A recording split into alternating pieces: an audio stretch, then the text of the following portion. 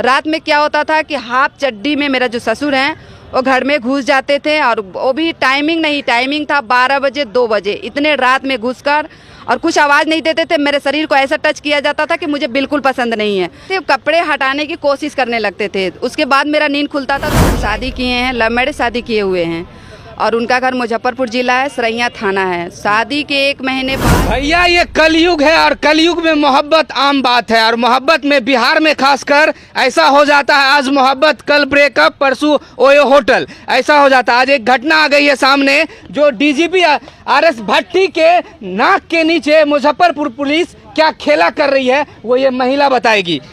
क्या हुआ है आपके साथ? मेरे साथ जो भी हुआ है बहुत गलत हुआ है।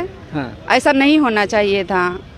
मैं छपरा जिला की रहने वाली हूँ। मेरा पति जिसे हम शादी किए हैं, लव मैरिज शादी किए हुए हैं, और उनका घर मुजफ्फरपुर जिला है, सरैया थाना है। शादी के 1 महीने बाद से मेरा हस्बैंड जो है मेरे साथ बहुत गलत व्यवहार करने लगे। कितना दिन हो गया शादी को? लव मैरिज करती हैं और 10 साल हो जाता है, 1 महीना बाद ही परेशान करने लगता है। 10 साल बाद आप आ जाती हैं पटना में मीडिया ट्रायल कराने। देखिए, वजह आने के ये है कि जो प्रशासन हमारी 1 किलोमीटर में ही बगल है, तो जो भी मेरे साथ अत्याचार जब भी होता था हम आवाज़ उठाते थे। प्रशासन के पास ये नहीं कि नहीं जाते थे, आप पूछ सकते हैं कि कितने बार जाते हैं, लेकिन मेरा आज तक एक बार भी बात ढंग से किया, गाली गलौज वहाँ पर की जाती है। तो 10 साल से तो हम ऐसे ही परेशान हैं। हमें कहीं से इंसाफ नहीं मिला, तब हमें पटना आने की नौबत मिला है।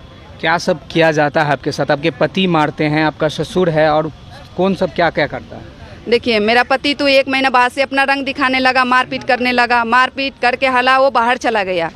उसके 2-4 महीने बाद उनके पिताजी जिन्होंने मेरा ससुर हैं सुगारत राय, उन्होंने झोपड़ी के, उस समय मेरा घर था, झोपड़ी के घर में आप समझ सकते हैं कि दरवाज़ा और कुछ नहीं रहता है, और एक पर्दे डाल के हम सोते थे, और पर्दे डाल के वो लोग पूरा फैमिली सोते थे।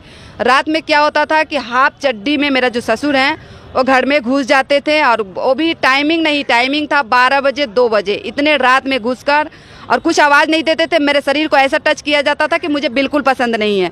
अगर मुझे नींद खुलता था, हम इस बात पे आवाज़ उठाते थे, तो मेरा सासू माँ तुरंत लड़ना स्टार्ट कर देती थी। बोलती थी तुम गलत हो, तुम मेरा पति को फंसाती हो। अरे किसी काम से गया होगा, कोई सामान लेने गया होगा, तुम क्यों फंसा रही हो? तो उसके बाद हम समाज को भी 2-4 दिन बाद ये सुबह में झगड़ा करते थे। तो बताइए, उसका गाँव है, उन लोग का पति, मेरा सासू माँ का पति हैं, तो उन लोग उन्हीं का सपोर्ट करते थे, और हालांकि मुझे गलत साबित करके, और हमारे साथ मारपीट भी बहुत किया जाता था। मेरे सासू माँ भी मारपीट करती थी। ससुर चड्डी में घुस जाते थे आपके रूम में? हाँ। उसके बाद आपको टच भी करते थे? हाँ, टच करते थे, कपड़े हटाने की कोशिश करने लगते थे। उसके बाद मेरा नींद खुलता था, तो हम लड़ाई तुरंत संगे संग कर देते थे।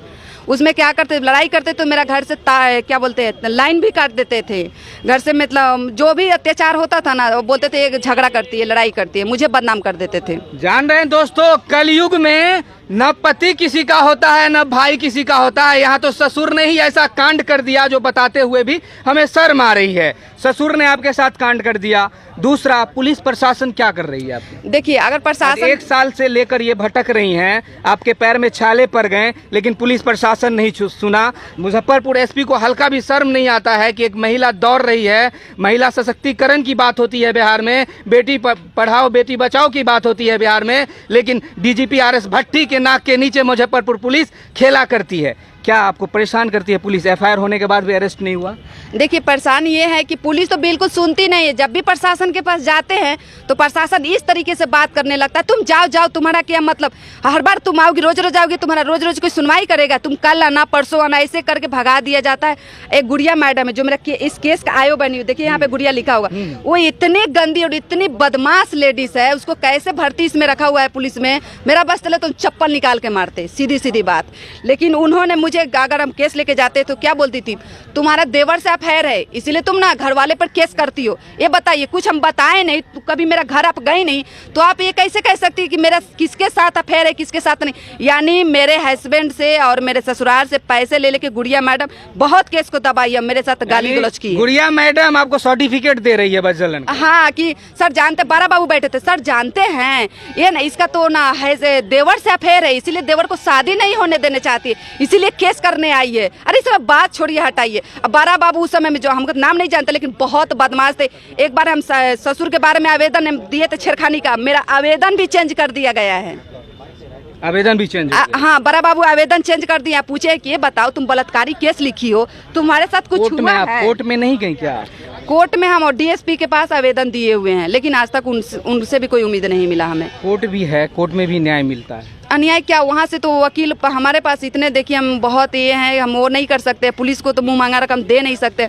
हमारे पास 3 बच्चे हैं और हस्बैंड भी मेरा साथ नहीं है। पैसे नहीं है आपके? नहीं, बिल्कुल नहीं। हालांकि गरीबों का इस बिहार में कोई नहीं है।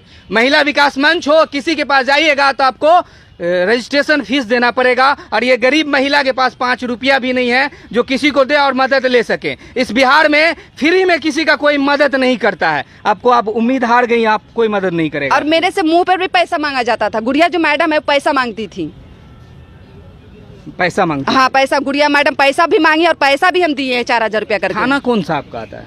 सरैया थाना आता है। सरैया थाना हाँ। आता है। एसपी को आपने कभी आवेदन दिया था? हाँ, कोर्ट में जाकर एसपी को आवेदन दिए हुए हैं और वो लोग जमा कर लिए, लेकिन आज तक कोई रिजल्ट वहाँ से भी नहीं मिला नहीं दिया है। गया। नहीं। और डीएसपी के पास भी पहुँचे हैं तो उन्होंने बदतमीजी के जैसा बात करता, मतलब वहाँ पे समझिए कि महिला के साथ इतना व्यवहार, वो तो मैं हूँ कि इतना आवाज़ उठा रहे हैं, तो मेरे साथ बहुत नीचे नीचे गलत गलत कुछ काम होता है, लेकिन उतना हालांकि कोई आवाज़ नहीं उठाता है। भैया ये बिहार है, गरीबों का यूज सिर्फ इलेक्शन में होता है।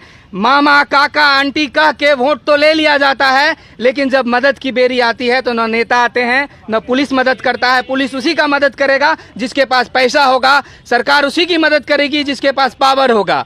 अब तो उम्मीद हार गई आप, पटना आ गई। पटना में मीडिया से क्या चाहिए आपको? देखिए, आप लोग के जरिए हमें बहुत उम्मीद है कि आप लोग मुझे हर जगह से इंसाफ दिलवाएंगे, इसलिए तो हमने प्रशासन है, ये क्या बोलते हैं, सरकार से बिल्कुल उम्मीद नहीं, आप लोग से बहुत उम्मीद है। हमें इंसाफ आप लोग दिलवा सकते हैं। महिला मंच में हम इसलिए आए हुए थे कि वो हर जगह केस जो हारा हुआ है, जितने सारा घर उजरा हुआ है, महिला विकास जो है वो बसवा रही है। गई थी वहाँ? जी हाँ, गए। वीना मानवी से बात हुआ? बात हुई है। क्या बोली वो? उन्होंने 20 तारीख को डेट दी है कि 20 तारीख को तुम्हारे घर पे चलेंगे और तुम्हें जो चाहिए वो दिलवाएंगे।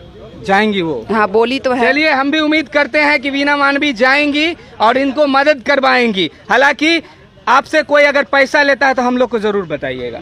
हाँ ठीक है, बिल्कुल जरूर बताएंगे। चाहे वो वीना मानवी हो, चाहे पुलिस प्रशासन हो, कोई भी हो, पैसा लेता है तो बताइएगा, क्योंकि डीजीपी साहब कहते हैं बिहार पुलिस आपकी सेवा में तत्पर है। लेकिन बिहार पुलिस किस तरह सेवा कर रहा है वो तो आपको दिख रहा होगा। एक केस नहीं, हजारों केस पेंडिंग में पड़ा